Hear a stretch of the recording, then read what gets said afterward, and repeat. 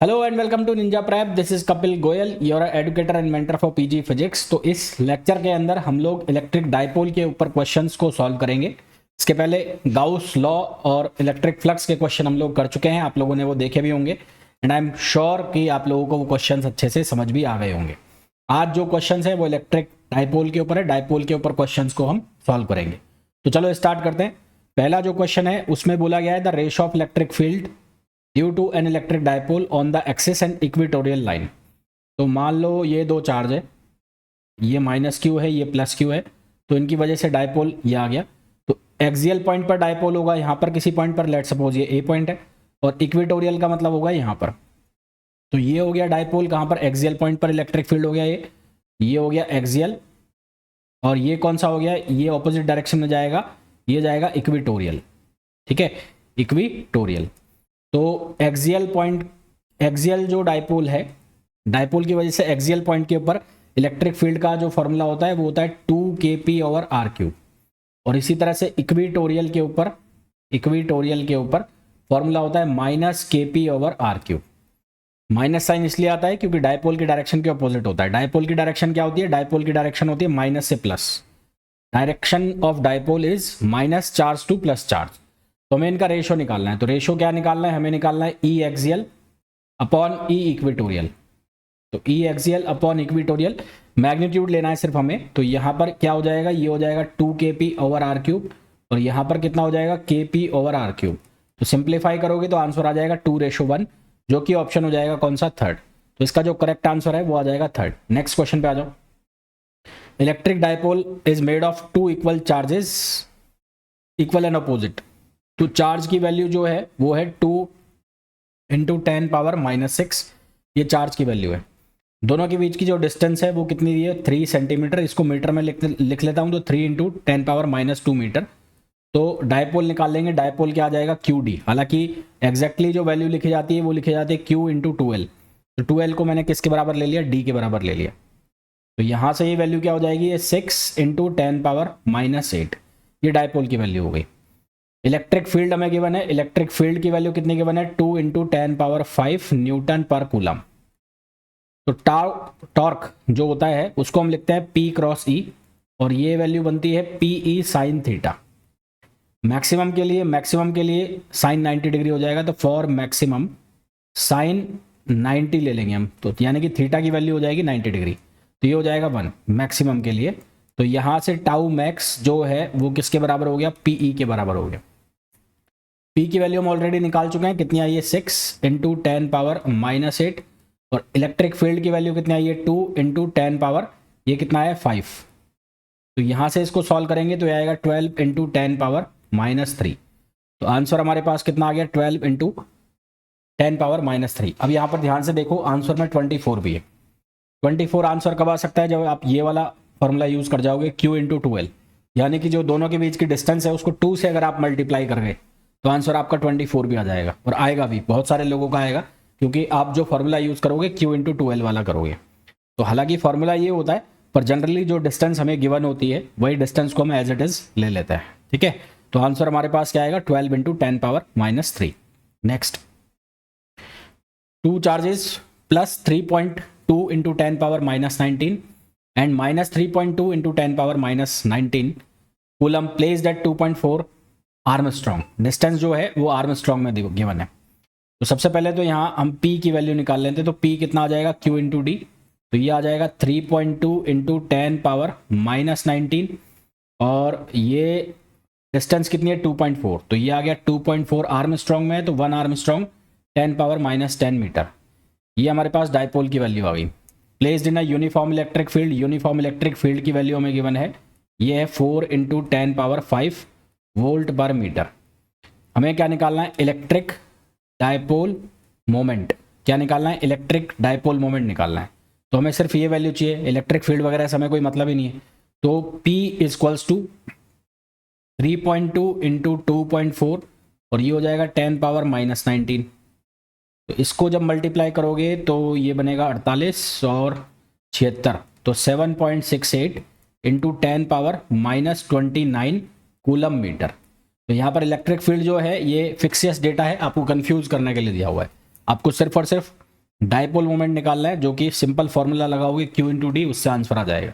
तो आंसर आ जाएगा कौन सा? थर्ड आंसर आ जाएगा। Next, an electric dipole is placed along x axis at the origin O। कोई इलेक्ट्रिक डाइपोल है यहां पर placed along the X axis, ये एक्स एक्सिस हो गया, इसको हम ले लेते हैं वाई एक्सिस, और ये हो गया ओरिजिन। तो डाइपोल जो प्लेस किया जाता है वो कहाँ किया जाता है? वो यहाँ पर प्लेस किया जाता है, जैसे along the X axis. A point P is at distance 20 centimetre from the origin such that OP makes an angle π/3 with the axis. तो कोई पॉइंट है ऐसे यहाँ पर, ये 20 सेंटीमीटर पर है, और ये कितना एंगल बना रहा है? ये बना रहा है π/3। π/3 का मतलब हो गया 60 डिग्री का एंगल बना रहा है एक्स एक्सिस के साथ। If the electric field at P makes an angle theta with the X axis, then the value of theta would be. तो थीटा की वैल्यू क्या होगी? सबसे पहले तो आपको यहाँ पर पता होना चाहिए जनरल इलेक्ट्रिक फील्ड का फॉर्मूला। ठीक है, क्या पता होना चाहिए? जनरल जो इलेक्ट्रिक फील्ड होता है उसका फॉर्मूला। तो electric field due to a dipole at general point, तो electric field due to a dipole at general point, उसके दो वैल्यू आती है, एक आता है EX और एक आता है EY जनरल पॉइंट के ऊपर। तो EX की जो वैल्यू है उसको हम लिखते हैं 2kp cos theta over r3, और जो EY है उसकी वैल्यू को हम लिखते हैं kp sin theta over r3। उसकी वैल्यू को हम क्या लिखते हैं? kp sin theta over r3।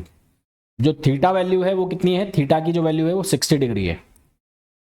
Theta की वैल्यू है 60 डिग्री, तो यहाँ पर आप वैल्यू रखोगे तो ये कितना बनेगा? ये EX जो है वो बन जाएगा कितना? kp over r3, kp over r3। और इसी तरह से यहाँ पर रखोगे तो EY की वैल्यू जो है वो बनेगी √3 kp ओवर r3। ये कितनी बनेगी? √3 kp ओवर r3। अब EX है और एक कौन सा है? EY, तो ये चला गया कौन सा? EY, और यहाँ पर इलेक्ट्रिक फील्ड आ गया कौन सा? EX, ये EX आ गया। तो ये रिजल्टेंट इलेक्ट्रिक फील्ड जा रहा है इनका, मान लो ये इलेक्ट्रिक फील्ड है E। तो हमें क्या निकालना है? tan थीटा निकालना है ना? हमें क्या निकालना है? tan theta. तो tan थीटा की वैल्यू क्या होगी? EY upon EX। तो tan थीटा, इन दोनों के बीच का थीटा एंगल जो है tan थीटा होगा, उसकी वैल्यू क्या होगी? EY over EX। तो उसकी वैल्यू क्या होगी? EY over EX। ठीक है, क्या वैल्यू होगी? EY over EX। यहाँ एंगल हो गया ये थीटा, तो ये EY ओवर EX हो जाएगा। तो EY की वैल्यू कितनी है? √3/2 हो रहेगा यहाँ पर, √3/2 kp अपॉन r3, और ये कितना है? ये है kp अपॉन r3। तो यहाँ से tan थीटा की जो वैल्यू है वो बनेगी √3/2 kp ओवर r3। इसी तरह से ये वैल्यू क्या बनेगी? kp over r3। तो यहाँ से कट हो रहे हैं, ये कट हो जाएगा, तो यहाँ से tan थीटा जो है उसकी वैल्यू बन जाएगी, tan थीटा की वैल्यू √3/2। तो थीटा की वैल्यू कितनी आ जाएगी? tan inverse √3/2। क्या वैल्यू आ जाएगी? tan इनवर्स √3/2, जो कि आंसर हो जाएगा 4। तो इसका जो करेक्ट आंसर है वो कितना आ जाएगा? 4 आ जाएगा। नेक्स्ट क्वेश्चन पे आ जाओ। नेक्स्ट क्वेश्चन में बोला है N electric dipole is kept on the axis of uniformly charge ring. तो यूनिफॉर्मली चार्ज रिंग है ये, ठीक है, इसके एक्सिस पर electric dipole is kept on the axis of uniformly charge ring at a distance r/2 from the centre of the ring. तो मान लो यहाँ पर कहीं रखा है r/2 डिस्टेंस पर, है ना? तो ये डिस्टेंस हम ले लेते हैं, कितनी है? r/√2 डिस्टेंस है, और यहाँ पर इलेक्ट्रिक डाइपोल रखा है। The direction of electric dipole is along the axis of the ring. Axis of ring के अलोंग इसकी डायरेक्शन है। If the dipole moment is p, charge on the ring is q। Ring के ऊपर charge जो है वो q है। And the radius of ring is r। Ring की जो रेडियस है वो कितनी है? r है। Then the force on the dipole. तो डाइपोल के ऊपर फोर्स बताना है। सबसे पहले रिंग की वजह से इलेक्ट्रिक फील्ड निकाल लो। तो एक्सियल इलेक्ट्रिक फील्ड का जो फॉर्मूला होता है रिंग का, वो होता है KQX upon r² plus x² power 3/2। ये फॉर्मूला होता है एक्सियल पॉइंट पर इलेक्ट्रिक फील्ड का।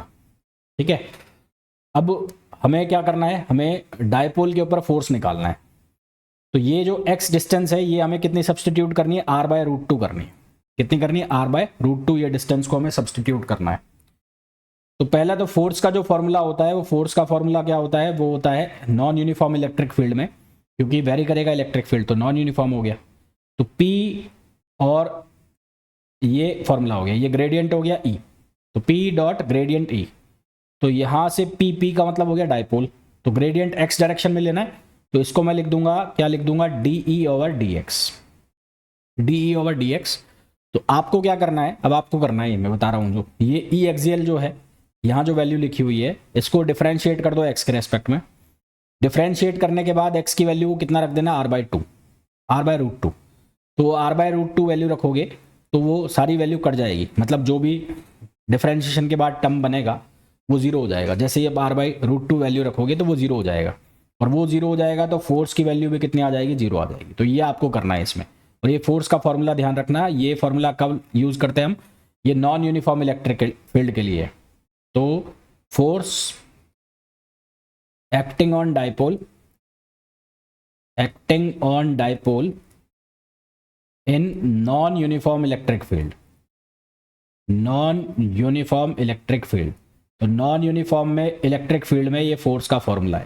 तो सही आंसर हमारे पास क्या आ जाएगा, 4 आ जाएगा। Next, two short dipoles P K and P by two K are located at 0 0 0 and 1 0 2, है ना। तो ये बना लेता हूँ मैं ऐसे, तो ये ले लिया मैंने z एक्सिस और इसको ले लिया मैंने x एक्सिस। तो ये ओरिजिन हो गया 0 0 0। तो एक डायपोल तो यहाँ पर रखा है, तो मान लो एक डायपोल रखा है यहाँ पर, और दूसरा डायपोल जो रखा है 102 पर। तो 102 मान लो कहीं यहाँ पॉइंट है, तो यहाँ पर दूसरा डायपोल रखा है और ये लोकेशन क्या है, 102। तो यहाँ पर जो डायपोल है उस डायपोल की वैल्यू कितनी है, p बाई टू के कैप, यानी कि वो इस तरह इस डायरेक्शन में लग रहा है, p बाई टू के कैप। और यहाँ का जो डायपोल है उसकी डायरेक्शन भी ये है, p K cap. Resultant electric field due to two dipoles at point 100। तो 100 पॉइंट कहाँ आएगा, यहाँ आएगा कहीं। तो इस 100 के ऊपर हमें रिजल्टेंट इलेक्ट्रिक फील्ड निकालना है। तो सबसे पहले तो ये जो डायपोल है इसकी वजह से ये जो पॉइंट है ये इक्विटोरियल हो गया भाई। ये वाला जो डायपोल है जो ओरिजिन पर रखा है, इस डायपोल के लिए ये पॉइंट क्या हो गया, इक्विटोरियल पॉइंट हो गया। तो फॉर डायपोल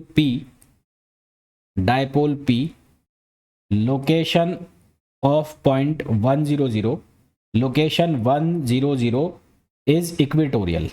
तो ये इसके लिए क्या हो गया, ये हो गया इक्विटोरियल। इक्विटोरियल हो गया तो यहाँ पर इलेक्ट्रिक फील्ड जो हो जाएगा वो डायपोल की डायरेक्शन के अपोजिट जाएगा ऐसे। तो उसको हम क्या लिखते हैं, उसको लिखते हैं minus K P upon R cube, minus K P upon R cube. और आर की वैल्यू कितनी है, 1 है। तो यहाँ से कितना लिया जाएगा, ये माइनस के पी अपॉन 1। अब दूसरा जो डायपोल है वो है p बाई टू। तो p बाई टू के ये क्या हो गया, एक्सियल हो गया। तो for dipole p by two location 100 is axial. तो इसके लिए एक्सियल हो गया। तो एक्सियल का फॉर्मूला होता है 2kp अपॉन आर क्यूब। तो r की वैल्यू कितनी हो गई है, यहाँ से कितने डिस्टेंस पर है, 2 मीटर पर है, क्योंकि z डायरेक्शन ये है ना, तो 2 मीटर पर है। तो यहाँ आप क्या लिखोगे, यहाँ लिखोगे कि 2k, डायपोल की वैल्यू कितनी है, p बाई टू। तो p बाई टू और ये हो जाएगा 2 क्यूब। तो यहाँ से ये वैल्यू क्या बन जाएगी, 2 से 2 कैंसिल हो जाएगा, तो ये बन जाएगा kp अपॉन 8। क्या बन जाएगा, kp अपॉन 8। और इसकी जो डायरेक्शन है वो क्या होगी, वो डायपोल की डायरेक्शन में होगी। तो इस पर जो डायरेक्शन आएगी वो किधर आएगी, डायपोल की डायरेक्शन में आएगी ऐसे। तो नेट इलेक्ट्रिक फील्ड जो आएगा वो क्या बनेगा, इन दोनों को ऐड करना है। तो इन दोनों को ऐड करना है तो minus K P upon 1 plus ये कितना हो जाएगा, के पी अपॉन 8। तो यहाँ से सिंप्लीफाई कराएंगे तो इसको ये बनेगा माइनस 7 के पी अपॉन 8, माइनस 7 के पी अपॉन 8। और k की वैल्यू रख देंगे 4 पाई एप्सिलॉन नॉट, तो 8 चौक 32। तो ये हो जाएगा minus 7p upon 32 pi epsilon not.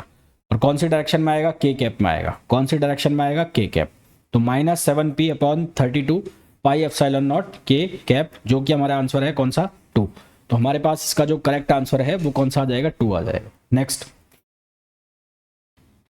A dipole of dipole moment p is kept at center of a ring, center of ring। तो ये रिंग का सेंटर है। तो यहां पर एक डायपोल रखा जाता है जिसका डायपोल मोमेंट है p, is kept at center of ring of radius r। इसकी रेडियस जो है वो कितनी है, r, and charge q। The dipole moment has direction along the axis of the ring. तो डायपोल मोमेंट की direction axis of the ring, ये direction ले ली मैंने, तो ये P डायपोल मोमेंट की डायरेक्शन हो गई। Resultant force on the ring due to dipole. सबसे पहली बात तो ये जो पॉइंट है, ये वाला पॉइंट, ये इक्वेटोरियल पॉइंट हो गया, ठीक है। तो इक्वेटोरियल पॉइंट के ऊपर इलेक्ट्रिक फील्ड जो है डायपोल की डायरेक्शन के अपोजिट होगा, तो ये आ गया इलेक्ट्रिक फील्ड। तो ये आ गया electric field due to dipole, electric field due to dipole. तो डायपोल की वजह से इलेक्ट्रिक फील्ड जो निकला वो आया इक्वेटोरियल, और उसकी वैल्यू कितनी होती है, K P upon R cube. मैं केवल मैग्नीट्यूड ले रहा हूं, क्या होता है, K P upon R cube. Force निकालना है, तो फोर्स कैसे निकालेंगे रिंग के ऊपर, फोर्स होता है चार्ज इंटू क्यू इंटू ई। तो क्यू इंटू ई, क्यू की वैल्यू कितनी है, कैपिटल क्यू, और इलेक्ट्रिक फील्ड ये आ गया, तो ये आ गया के पी अपॉन आर क्यूब। तो इसको रीअरेंज करके लिखेंगे तो ये बन जाएगा K P Q upon R cube. तो हमारे पास जो आंसर आ जाएगा वो कौन सा आ जाएगा, सेकंड आ जाएगा। तो इसका जो करेक्ट आंसर है वो कौन सा आ जाएगा, सेकंड। नेक्स्ट क्वेश्चन पे आओ। The magnitude of electric field intensity at point 200 due to a dipole of dipole moment P is equals to I cap plus √3 j cap kept at origin. The magnitude of electric field intensity at point 200 के ऊपर हमें magnitude निकालना है, ठीक है। कहाँ निकालना है, 200। तो एक जनरल पॉइंट वाला जो, मान लो ये पॉइंट है 200, तो ये जनरल पॉइंट की वजह से जो इलेक्ट्रिक फील्ड का फॉर्मूला है वो हम लिख लेते हैं पहले। पर डायपोल ऑफ डायपोल मोमेंट जो है वो कितना है, वो है P equals to I cap plus √3 j cap. P equals to I cap √3 j cap, ये हमें डायपोल मोमेंट दिया हुआ है। तो ये डायपोल मोमेंट दिया हुआ था, यहाँ से एंगल निकाल लेते हैं। एंगल कितना आ जाएगा, एंगल आ जाएगा √3 tan इनवर्स √3, है ना। एंगल कैसे निकालोगे, एंगल निकालोगे tan inverse y over x। तो यहाँ से ये आ जाएगा tan इनवर्स और √3। tan इनवर्स √3 का मतलब हो गया 60 डिग्री, 60 डिग्री एंगल आ गया। अब electric field due to electric field at general point due to dipole, general point due to dipole, dipole की वजह से जनरल पॉइंट के ऊपर इलेक्ट्रिक फील्ड। तो ये कितना हो जाएगा, ये हो जाएगा K P over are cube, और ये कितना बनेगा, ये बनेगा 1 + 3 cos स्क्वायर थीटा, ठीक है। कितना बनेगा, 1 + 3 cos स्क्वायर थीटा, सीधा सीधा फॉर्मूला होता है 1 + 3 cos स्क्वायर थीटा। मैंने जो फॉर्मूला लिखा था ना, एक्स एक्सिस पर 2 kp cos theta upon R cube, Y axis पर 2 kp sin theta upon R cube, दोनों को स्क्वायर करके ऐड करते हैं तो ये फॉर्मूला बन जाता है। थीटा की वैल्यू आ गई 60 डिग्री, तो यहाँ वैल्यू डाल दो, तो kp अपॉन आर क्यूब, और थीटा की वैल्यू 60 डिग्री, तो ये हो जाएगा 1 + थीटा की वैल्यू 60 डिग्री है, स्क्वायर में है, ठीक है, किसमें, स्क्वायर में। तो cos 60 डिग्री की वैल्यू होती है 1/2, तो ये हो जाएगा 3/4। कितना हो जाएगा, 3/4, तो ये हो जाएगा 7/8, √7/8 ये बनेगा। तो यहाँ से कितना बनेगा, के पी तो रहेगा ही रहेगा, और यहाँ से ये हो जाएगा √7 और 4 का कितना हो जाएगा 2, तो ये हो जाएगा 2r क्यूब, ठीक है। अच्छा, अब क्या चाहिए हमें, r की वैल्यू। तो r की वैल्यू कितनी आएगी, 2। तो r की वैल्यू हम कितने सब्सटीट्यूट करेंगे, यहाँ पर 2 सब्सटीट्यूट करेंगे। तो यहाँ जब वैल्यू हम सब्सटीट्यूट करेंगे तो ये बना के पी √7, और ये वैल्यू 2 रख रहे हैं, तो 2 का क्यूब कितना होगा 8, तो ये हो जाएगा 8 दूनी 16। अब ये जो p है इसका मैग्नीट्यूड हमें चाहिए, तो इसका मैग्नीट्यूड क्या आएगा, इस p का मैग्नीट्यूड निकाल लो। तो इस p का मैग्नीट्यूड आएगा 1 प्लस ये हो जाएगा 3, तो ये हो जाएगा √4 और ये बनेगा 2। तो ये p की वैल्यू रख देंगे यहाँ पर, तो ये हो जाएगा k × 2 √7/16, तो 2 8 जा 16, तो आंसर हमारे पास आ जाएगा k √7/8। आंसर कितना आ जाएगा, k √7/8, जो कि कौन सा आंसर आ जाएगा, थर्ड हो जाएगा। तो हमारे पास जो इसका सही आंसर आ जाएगा वो कौन सा आ जाएगा, थर्ड आ जाएगा। नेक्स्ट क्वेश्चन पे आओ। Two coaxial dipoles of dipole moment P1 and P2 are separated by a distance r. The magnitude of electric force on P1 due to P2. Magnitude of electric force on P1 due to P2 हमें निकालना है। Two coaxial dipoles है of dipole moment P1 P2। तो एक dipole यहां रख दिया, एक डाइपोल यहां रख दिया, कोएक्सियल है यानी कि दोनों का एक्सिस एक ही है। तो एक ये हो गया P1 और एक ये हो गया P2। दोनों के बीच की जो सेपरेशन है सेंटर टू सेंटर ले लिया, वो डिस्टेंस कितनी आ गई R। Magnitude of electric force on P1 due to P2। तो ड्यू टू P, तो P2 की वजह से पहले इलेक्ट्रिक फील्ड निकाल लो यहाँ पर। तो एक्सियल पॉइंट का इलेक्ट्रिक फील्ड आ जाएगा। तो electric field due to P2। तो P2 की वजह से जो इलेक्ट्रिक फील्ड आएगा उसकी डायरेक्शन ये होगी क्योंकि डायपोल की डायरेक्शन में होगा। और ये इलेक्ट्रिक फील्ड कितना लिखा जाएगा 2kp upon R3। 2kp upon R3। अब जो फोर्स है उसकी वैल्यू कितनी होगी P1 क्योंकि हम P1 के लिए सॉल्व कर रहे हैं। डॉट ग्रेडियंट और यहाँ पर क्या आ गया इलेक्ट्रिक फील्ड। तो ये बना P, ये बन जाएगा क्या del E over del R। Del E over del R ये कितना हो गया P1 हो गया। तो F equals to P1 del E upon del R, ये P2 हो गया। तो 2 बाहर K बाहर है ना और P बाहर। तो हमें डिफरेंशिएशन करना है del upon del R 1 upon किसका R क्यूब का डिफरेंशिएशन करना है। तो 1 अपॉन R क्यूब का डिफरेंशिएशन करोगे तो ये बन जाएगा 6kp, 3 दूनी 6 हो जाएगा। तो ये बन जाएगा 6k P1 P2 upon R power 4। 6k P1 P2 upon R power 4 जो कि ऑप्शन हो जाएगा थर्ड।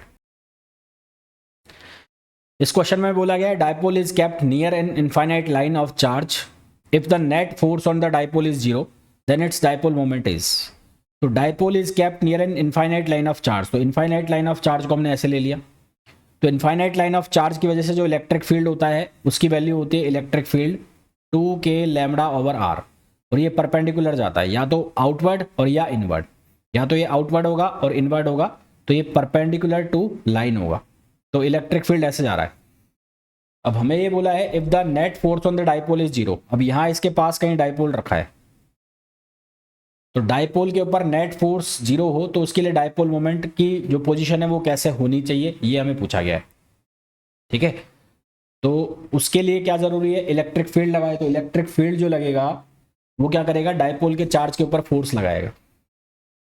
तो अगर डाइपोल पैरेलल रखा है ऐसे पैरेलल और इक्वी डिस्टेंस पर रखा है, तो मान लो यहाँ पर चार्ज है ये है -q और यहाँ पर जो चार्ज है वो क्या है +q। तो अगर ये आउटवर्ड डायरेक्शन में, मान लो ये आउटवर्ड डायरेक्शन में है, तो इसके ऊपर जो इलेक्ट्रिक फील्ड लगेगा वो लगेगा -qe है ना। फोर्स जो लगेगा वो किधर लगेगा -qe, ऐसे लग जाएगा -qe। और इसके ऊपर जो फोर्स लग जाएगा वो कितना लग जाएगा +qe। अब ये दोनों फोर्स डायरेक्शन में अपोजिट हो गए पर मैग्नीट्यूड में सेम हो गए, तो ये एक दूसरे को क्या कर देंगे कैंसिल कर देंगे। तो इसका मतलब नेट फोर्स डाइपोल के ऊपर हो जाएगा 0। और ये केवल किस कंडीशन में हो रहा है जब जो डाइपोल है वो लाइन चार्ज के कैसे रखा है पैरेलल रखा है। तो हमारे पास जो सही आंसर है वो क्या आ जाएगा ऑप्शन ए आ जाएगा। Next, an electric dipole is placed in a uniform electric field E of magnitude 40 newton per coulomb. The graph below shows the magnitude of the torque on the dipole versus the angle theta between the field E and dipole moment P, the magnitude of dipole moment P is equals to। तो यहां पर हमें tau की value दी है और यहां पर theta की वैल्यू दी है। तो टाउ इक्वल्स टू होता है P क्रॉस E, जिसको हम ऐसे लिख सकते हैं PE साइन थीटा। तो टाउ मैक्स जो है मैक्सिमम वैल्यू ये है, तो मैक्सिमम वैल्यू इसकी कितनी दे रखी है 50 इंटू 10 पावर -29 लिखा है। तो मैक्सिमम वैल्यू कितनी है इसकी 50 इंटू 10 पावर -28 है 28। तो ये वैल्यू है -28, ये मैक्सिमम वैल्यू आ गई इसकी जो हमें गिवन है। और दूसरा हमें इलेक्ट्रिक फील्ड भी गिवन है, तो यहाँ से हम डाइपोल मोमेंट निकाल लेंगे। तो 50 इंटू 10 पावर -28 और इलेक्ट्रिक फील्ड जो हमें गिवन है वो है 40। तो इसको हम सॉल्व करेंगे तो ये बन जाएगा 1.25 इंटू 10 पावर -28 जो कि ऑप्शन आ जाएगा कौन सा ए ऑप्शन आ जाएगा। नेक्स्ट क्वेश्चन पे आ जाओ। नेक्स्ट क्वेश्चन में बोला है 3 point charges +q -2q and +q are placed at points. 3 charge बना लो पहले, एक चार्ज है प्लस क्यू, एक चार्ज है -2q और एक चार्ज है +q। तो मैं 3 लोकेशन एक्सिस बना लेता हूँ। तो ये हो गया x एक्सिस, ये हो गया y एक्सिस और ये हो गया z एक्सिस। तो पहला जो चार्ज रखा है उसकी लोकेशन क्या है, x बराबर 0, y इक्वल्स टू और z इक्वल्स टू 0। तो पहला चार्ज यहाँ पर रखा है कहीं, और ये डिस्टेंस कितनी है, a है a। और यहाँ पर जो चार्ज रखा है वो कितना रखा है, +q रखा है। दूसरा चार्ज है -2q, और -2q वाला जो चार्ज रखा है वो ओरिजिन के ऊपर रखा है यहाँ पर -2q। और तीसरा जो चार्ज है +q वो रखा है x इक्वल्स टू a पर, यानी कि कहीं यहाँ पर रखा है। तो ये हो गया +q चार्ज। ठीक है, अब हमें निकालना है डायपोल मोमेंट वेक्टर। तो डायपोल मोमेंट कैसे निकालेंगे, डायपोल मोमेंट निकालने के लिए डायपोल मोमेंट वो क्या होगा, algebraic sum of charge and distance, charge and distance, इनका एल्जेब्रिक सम करना है हमें। तो हमारे पास जो चार्ज है, पहला सबसे पहले q, और डायरेक्शन जो है वो डिस्टेंस के साथ लेनी है ओरिजिन से, और साइन के साथ लेनी है। तो q और डिस्टेंस कितनी है ओरिजिन से, a है, तो a और j कैप। तो ये क्या लिखा जाएगा, q a j कैप पहला, विद डिस्टेंस लेना है। दूसरा वाला जो चार्ज रखा है वो 0 0 पर रखा है, तो इसकी वजह से कोई आएगा नहीं, तो यहाँ आएगा -2q और ये 0। और तीसरा जो रखा है वो रखा है कहाँ पर, वो रखा है x पर, तो +q और ये a i कैप। तो डायपोल मोमेंट की वैल्यू कितनी हो गई, ये हो गया q a i कैप और +q a j कैप, ये डायपोल मोमेंट की वैल्यू हो गई। इसका मैग्नीट्यूड निकालोगे तो मैग्नीट्यूड निकलेगा q² a² +q² a², तो ये आ जाएगा √2qa। ये वैल्यू क्या आ जाएगी, √2qa। तो √2qa जो आएगा along the line joining the points, line joining the points, इन दोनों लाइंस को जो मिला रहा होगा उस लाइन के अलोंग। तो सही आंसर हमारे पास क्या आ जाएगा, हमारे पास जो आंसर आ जाएगा वो आ जाएगा 3। नेक्स्ट, ये कर लिया। नेक्स्ट है, N electric dipole is situated in a electric field of uniform intensity E, whose dipole moment is p and moment of inertia is I. If the dipole is displaced, then the angular frequency of oscillation, तो tau is equals to होता है pe sin theta। If theta is small, यदि theta छोटा है तो sine theta को हम क्या लिख सकते हैं, थीटा लिख सकते हैं। तो यहां से टाउ इज इक्वल्स टू क्या लिख दिया मैंने, ये लिख दिया पीई थीटा। टाउ की वैल्यू कितनी लिख दी, पीई थीटा। अब टाउ जो है वो किसके बराबर होता है, आई अल्फा। आई का मतलब मोमेंट ऑफ इनर्शिया, अल्फा का मतलब है एंगुलर एक्सेलरेशन। तो यहां से हम लिख देंगे I alpha equals to PE theta. तो अल्फा की वैल्यू किसके बराबर हो जाएगी, P I E upon I into theta. SHM के लिए अगर हम देखें तो क्या होता है, alpha is proportional to omega square theta या equals to omega square theta. ठीक है, alpha is equals to omega square theta. तो इन दोनों को अगर कंपेयर करो तो यहां से ये एंगुलर जो एसएचएम है वो बन गई।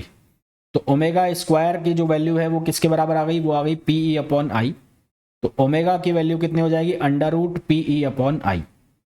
ओमेगा की वैल्यू कितनी हो जाएगी, under root PE upon I, जो कि ऑप्शन हो जाएगा कौन सा, ए। तो हमारे पास जो करेक्ट आंसर है वो आ जाएगा ऑप्शन ए। नेक्स्ट क्वेश्चन पे आओ। नेक्स्ट क्वेश्चन में बोला है a wheel having mass m, एक व्हील है जिसका मास है m। तो व्हील जो है उसका मास है m, तो ये मास जो है वो नीचे जाएगा ऐसे mg। इसके दो कंपोनेंट होंगे, एक होगा ऐसे और एक होगा ऐसे, इस तरह से। तो यहाँ एंगल बनेगा थीटा। तो ये कंपोनेंट कितना आ जाएगा, ये आ जाएगा mg cos थीटा, और ये कंपोनेंट कितना आ जाएगा mg sin थीटा। और यहाँ इस पॉइंट से, मान लो ये पॉइंट है b, तो इस पॉइंट से इसको परपेंडिकुलर डिस्टेंस मिल रही है किसके बराबर, r के बराबर। तो यहां इसको परपेंडिकुलर डिस्टेंस मिल रही है r के बराबर। तो यहां से क्या बना देगा, ये एक टॉर्क बना देगा। टॉर्क कैसे बनाएगा, जिस पॉइंट से हम टॉर्क निकाल रहे हैं वहां से डिस्टेंस और उसको ऐसे घुमा दिया तो अंदर की तरफ टॉर्क जाएगा। तो टॉर्क जो बनेगा इससे वो बनेगा कितना, mg sin थीटा और इंटू आर, mg sin थीटा इंटू आर। अब सिमिलरली ये जो स्पेयर रखा है ऐसे, इस पर चार्ज है प्लस क्यू और यहाँ पर चार्ज है कितना माइनस क्यू। तो इसके ऊपर ये इस तरह से यहाँ चार्ज रखे हुए हैं, तो इस पर जो डायपोल की डायरेक्शन है वो ऐसे जाएगी, है ना, क्योंकि माइनस से किधर होता है, प्लस की तरफ होता है डायपोल। और इलेक्ट्रिक फील्ड ऐसे जा रहा है परपेंडिकुलर, म्यू जा रहा है, तो इस इलेक्ट्रिक फील्ड कैसे जा रहा है, परपेंडिकुलर जा रहा है। तो इलेक्ट्रिक फील्ड परपेंडिकुलर जा रहा है, तो ये एंगल अगर थीटा है यहाँ से, तो ये एंगल भी थीटा बनेगा, तो ये एंगल कितना हो जाएगा, ये हो जाएगा पाई माइनस थीटा। तो टाउ की वैल्यू है वो कितनी हो जाएगी, P sine pi minus theta, और कितना लिखा जाएगा, ये लिखा जाएगा पी साइन थीटा। तो ये दोनों टॉर्क एक दूसरे को बराबर कर देंगे, तो यहाँ से बन जाएगा M G sine theta R equals to ये हो जाएगा पी साइन थीटा। तो साइन थीटा से साइन थीटा कैंसिल आउट हो जाएगा, हमें निकालना है ई। तो ई जो है वो किसके बराबर होगा, वो बराबर होगा M G R upon P, M G R upon P. अब पी की वैल्यू कितनी होगी, क्यू इंटू डिस्टेंस दोनों के बीच की कितनी है, 2r, तो ये लिखा जाएगा M G R upon Q into 2r। तो r से r कैंसिल, तो ये हो जाएगा M G upon 2q, M G upon 2q, जो कि ऑप्शन हो जाएगा कौन सा, सेकंड। तो इसका करेक्ट आंसर कौन सा आ जाएगा, सेकंड आ जाएगा। होपफुली जितने भी क्वेश्चंस आपको मैंने कराए हैं वो बहुत अच्छे से समझ आ गए होंगे। मिलते हैं नेक्स्ट वीडियो में, till then thank you, bye bye.